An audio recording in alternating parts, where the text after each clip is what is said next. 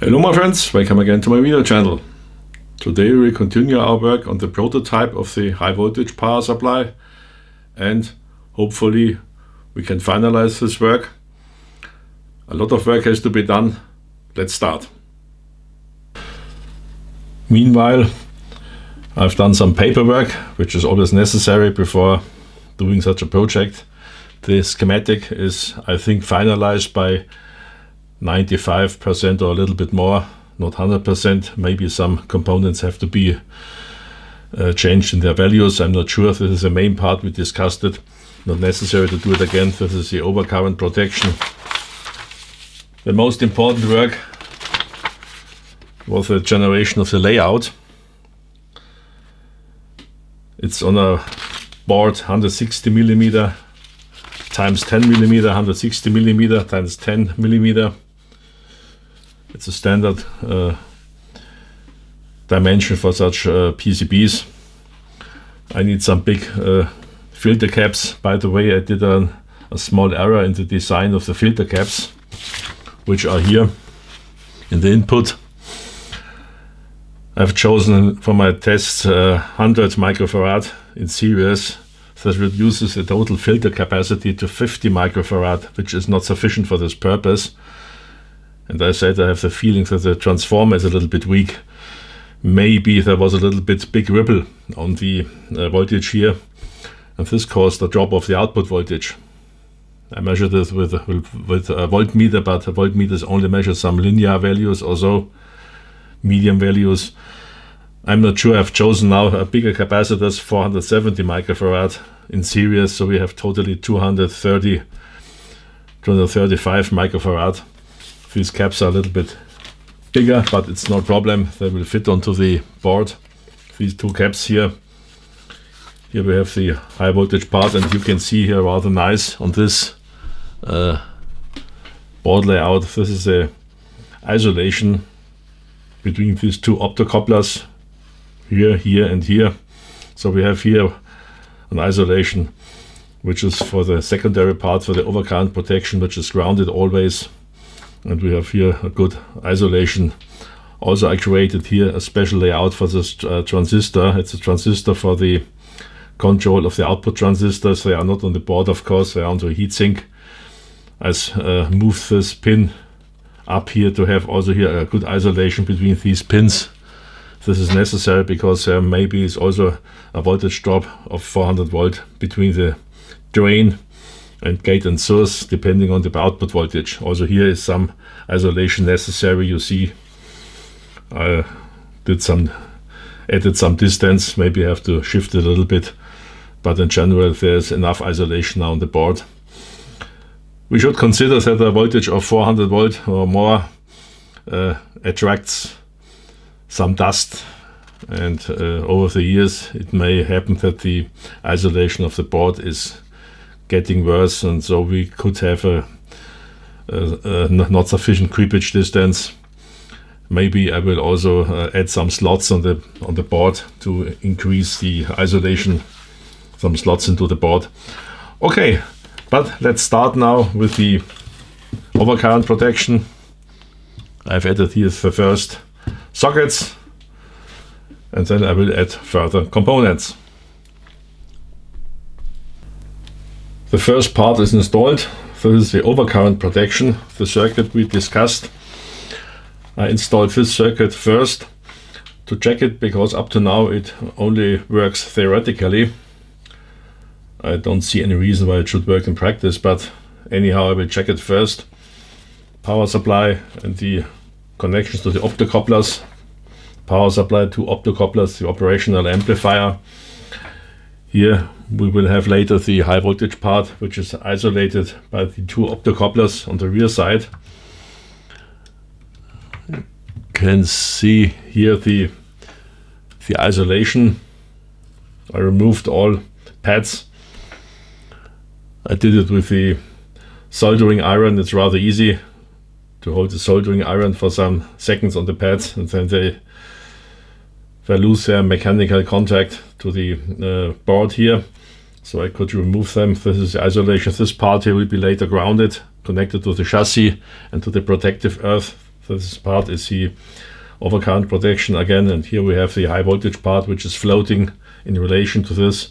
The isolation is done with the two optocouplers here. Here we have the primary and side of the optocouplers, and here we have the secondary or the low voltage side. Well, next step is to install the operational amplifier to check whether this part works, whether I can trigger it, set, reset, and then I will connect an LED to see what happens, and then use the optocouplers to couple in a signal. I will simulate an overcurrent on the high voltage side here. This is the first test setup. I connected an LED to the output. Here is the reset pin. Power supply. On this side I use DC, but no problem, it's a rectifier. And here, that's the test pin for the input to check the overcurrent protection, the signal. When I switch on the power, the LED always goes on. I can reset it, connecting these pins here, shortening them to ground, then the LED is gone. And when I feed in a signal, a little bit more than 7.5 volt, this is a voltage for the inverted input. When I feed in a positive signal here for a short time, this is a simulation of an overcurrent signal, then the LED goes on permanently. The overcurrent situation is latched until I reset it. That's what we want. And now an interesting effect. I feared that it happens, and it happens. When I connect the reset to ground, the LED goes on. I think it's the so-called latch up effect of the operational amplifier.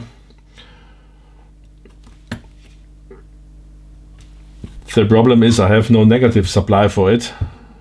The negative supply is grounded, and when I connect the input also to ground only, this is not a specified situation for the input. The input should be always a little bit below the supply voltage, or in this case above the ground potential. So when I use a resistor of some 100 ohms to shorten it to ground, it does not happen. And I simulate it again with a signal, and then I can reset with this resistor. I think it has 200 or 300 ohms, and I connect it again. I can reset it, but when I connect this resistor again to the pins, the latch up effect does not happen. We can discuss it in a moment. This is schematic, and we see pin 4, which is minus supply, is grounded, and when I connect with the reset knob, the pin 3, it's the input, the non-inverting input, also to ground, then the output 6 goes high. I have a feedback with 1 kilo ohm with the diode to this pin 3, so I need some 100 ohms in series to prevent that the reset knob pulls down the pin 3 to ground potential. I need here 200 or 300 ohms. It has still be much lower than 1 kilo ohm to come down under the 7.5 volt DC, but not down to 0. So I will add here some 100 ohms in series in the final layout. The moment I leave it as it is, I will add this resistor externally, and I think it's also better to have here some protection in the input, not to have a direct connection to a knob on the front panel, and the input is not protected here. So I will add this resistor. Well, but in general it works for the first step. By the way, I added the test signal here, input to the test pin, and when the voltage here is more than 7.5 volt, then this pin goes positive above the threshold, and it latches via the diode into the self holding position. And now I will add a current simulation via the optocoupler, and then see what happens also in the output. This is the next test setup. I added here the 10 ohm shunt and the 1K resistor in series to trigger the diode, the LED in the optocoupler. So with this circuit, what we have here, we have here the shunt, 10 ohms over the shunt is flowing the current coming from the high voltage rectifier bridge. The shunt is in series here with the minus, here is plus, this is common, but the plus current is coming from here via the shunt, and the voltage drop across the shunt is fed via the resistor, and this leads to the optocoupler to this diode. And when the current gets too high, then this LED becomes more bright and triggers this collector emitter part of the transistor, and with the shunt to ground, this connection which comes in here, the voltage drop for current of 1 or 2 milliamps increases, and then this voltage drop here triggers the optocoupler, the op amp to get it latched up. We will try it. It is reset. I'm measuring here the current in milliamps. I connected here an external power supply. And when I increase the current,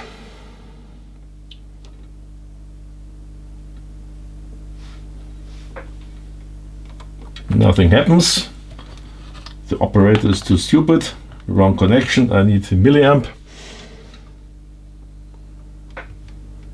And when the current increases and increases, I didn't align here the spot.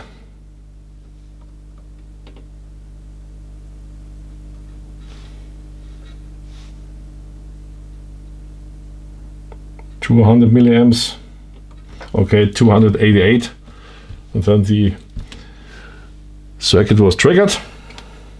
So I have to align it with this resistor. I can reset it.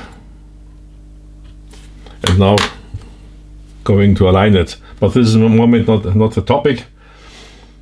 I just wanted to see whether it works. And we are very close to the ideal position. The trim pot here is approximately centered.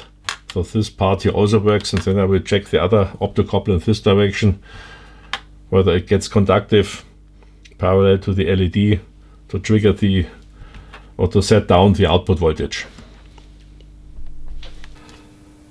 Now we will check the whole path, beginning with the sensor on the shunt over the diode and back via this path for the transistor to shut down the output voltage.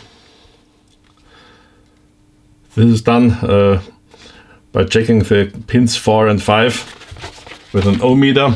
I connected here an ohm meter to the output. This is connection here. Here we have the input, overcurrent, and here we have the output of the optocoupler, also isolated, which goes to the ohm meter. Later it will go to the output transistor, to the voltage stabilizer, to shut down the output voltage.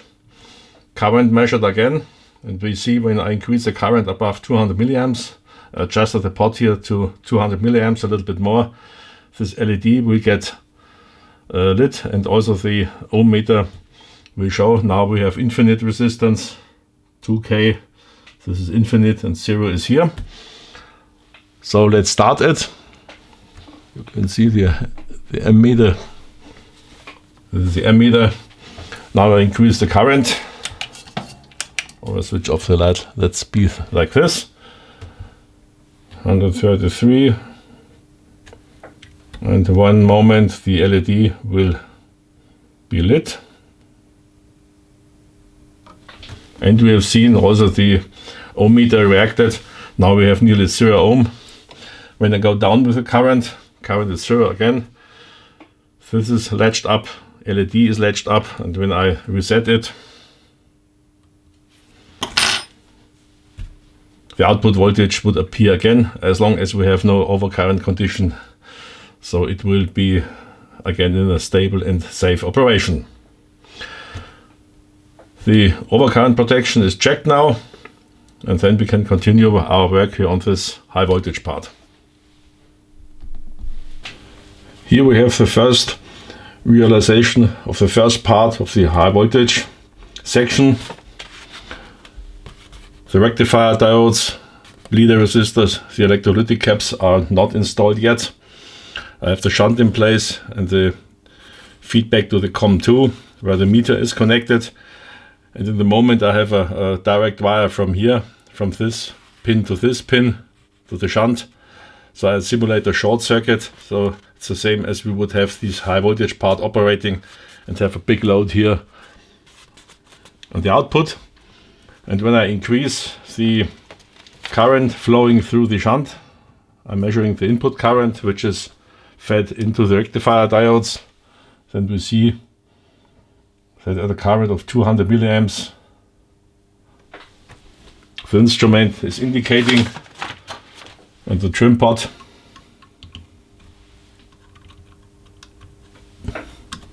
can be used to adjust it exactly to 200 milliamps as shown.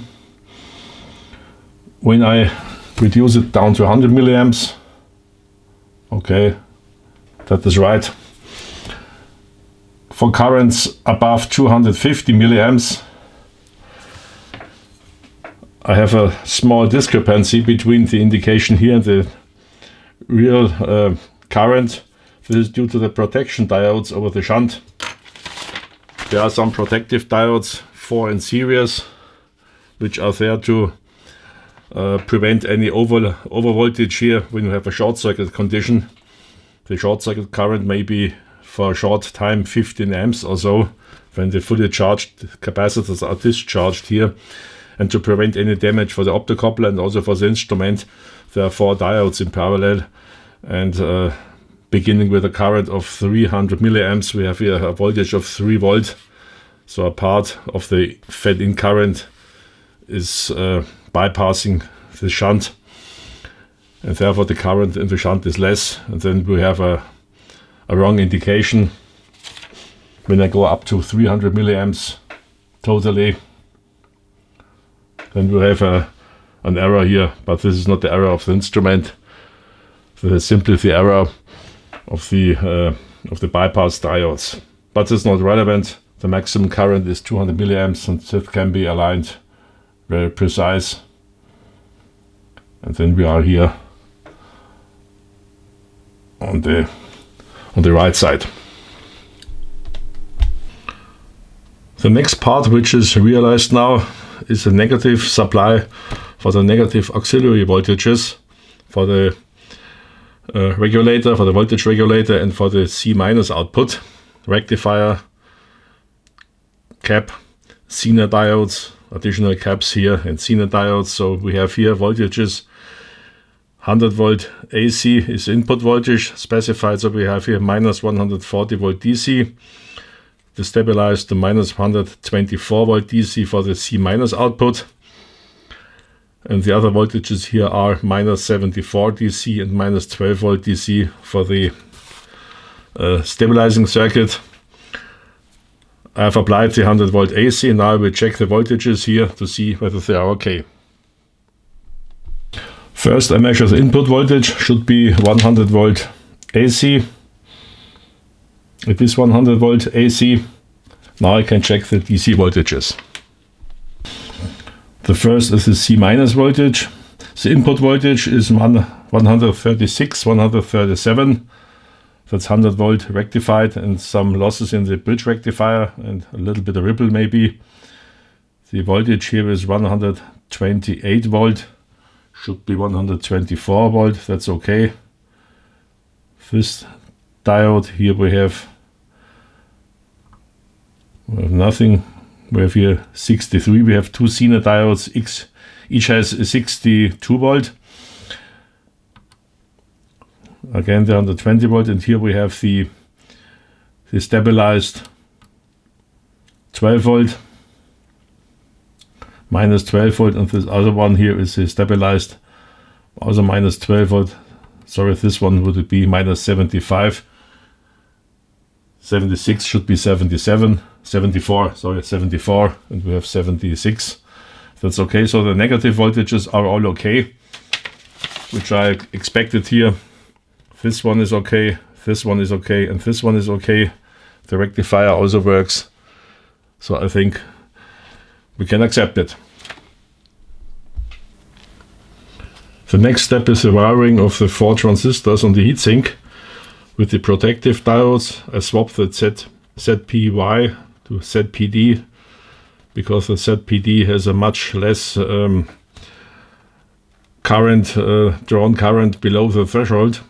So I think it's better to use a smaller Zener diode, not a big one, to reduce the isolation current through the diode for voltages much below 12 volt. This block here is on the heatsink. It looks like this.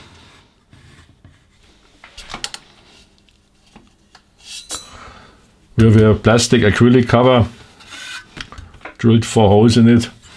Here are the 4 transistors. This is the wiring. This pink wire is a drain voltage. I added an additional isolation because this wire always has plus 400 volt, so I separated it from the other wires. These wires have nearly the same potential. We have a source follower, so the voltage between the gate and the gate is the gray one. This is a gate connection, and the light blue ones are the 4 outputs from the source. So these 5 wires here always have the same potential, nearly, let me say, 5 volt difference or so. Again, source follower, so I have to isolate it also in the wiring, and I use a harness for this one and the separate isolation hose for this one. And this will be now installed in the rear side here. We have the line cable feed in. This is a fuse for the line, and here's the 2 fuses for the 6.3 volt output for the filament supplies. This is the final solution. The back panel now is in place, secured with some screws. This is a power transformer. This transformer is secured with a big screw. From the bottom it looks like this. I found a screw with a round flat head. I think it's used for wood, for big wood constructions and so on. It has a square part here which is squeezed into the wood and prevents rotating. Beneath this transformer here there's of course an isolation,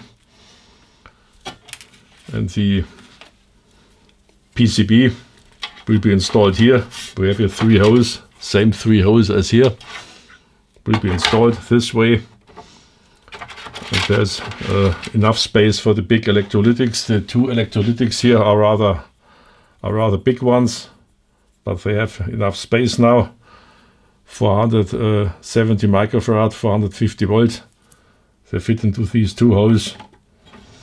And on the rear side of this board, I will install an isolation. It's also an acrylic glass which is mounted this way, so I can so I have a better protection from this side against touching it.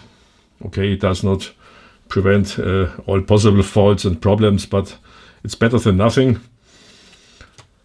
Next step is now to finalize this board here, and then I can make the first connections to this transistors here and to check whether the function in general is okay. All components are now in place. The 2 big electrolytic caps. These are the 4 resistors which are connected to the source of the power transistors.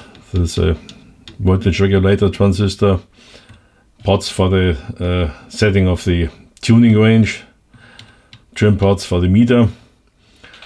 On the rear side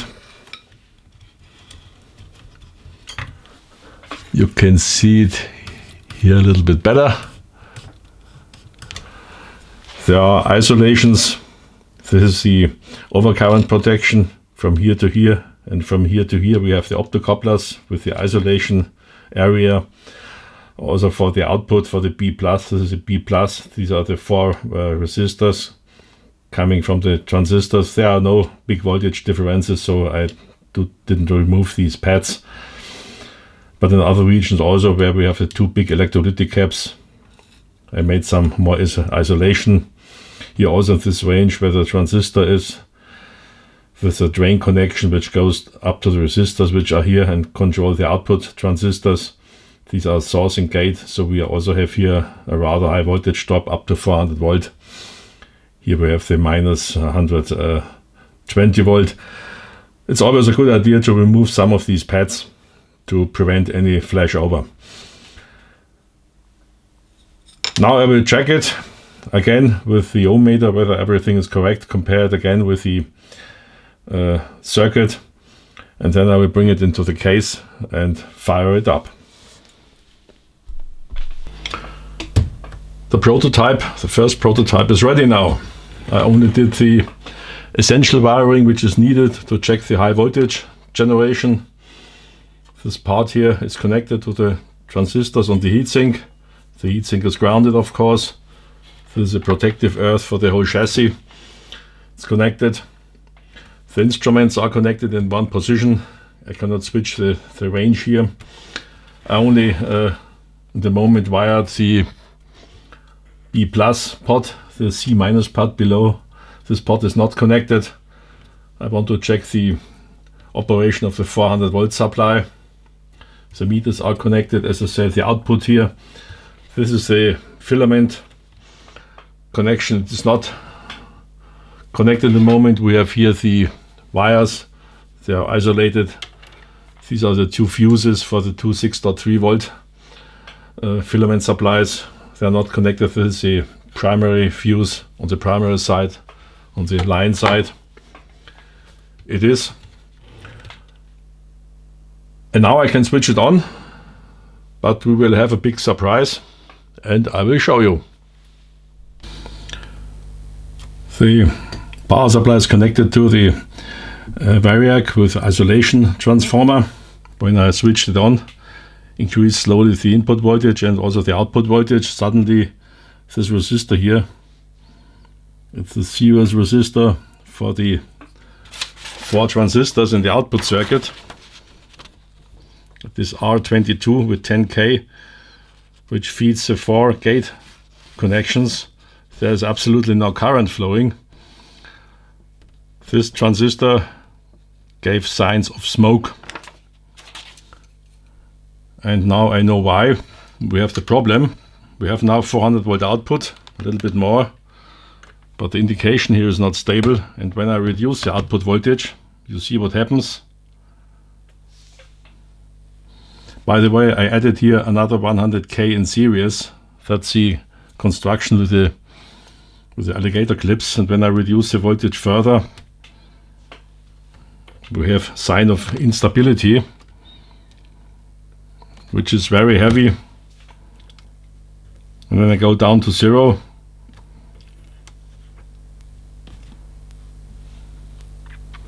this is not nice. There is a big problem with stability. I have some ideas what it can be, but in the moment should be 0 output voltage. When I connect the load to it, it is a little bit better, an ohmic load, but the problem is still pending. So I will switch it off. And I have to look for the problem. Now we are at the end of part 5. In the beginning of this video I promised you to finalize the prototype. The prototype is ready, but I didn't promise you that the prototype is working. Prototype is there to check problems, and we have a problem, self-oscillation. In the moment I do not know whether it's a low frequency problem in the range of some hertz as we have seen, or whether we have a superimposed high frequency oscillation also, what I assume. But in the moment I didn't check it. I have to use my scope and to see what happens on the various pins of the transistors in this stabilizer. Anyhow, stay tuned, stay healthy, see you on this channel.